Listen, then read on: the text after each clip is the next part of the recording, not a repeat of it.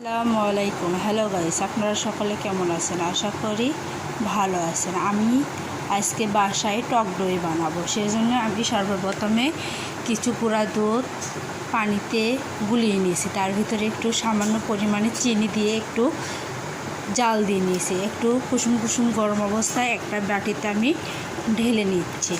ঢেলে হয়ে গেলে এর ভিতর আমি একটু লেবু চিপিয়ে দিব। দেখেন গাইস, লেবুটা চিপিয়ে দেওয়ার পর দুধের রঙটি চেঞ্জ হয়ে গিয়েছে। এখন দেখছেন গাইস, কত সুন্দর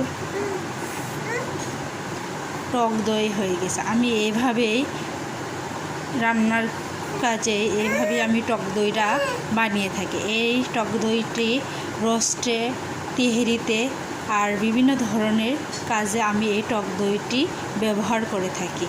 আপনাদের ভালো লাগলে চ্যানেলটিকে সাবস্ক্রাইব করবেন।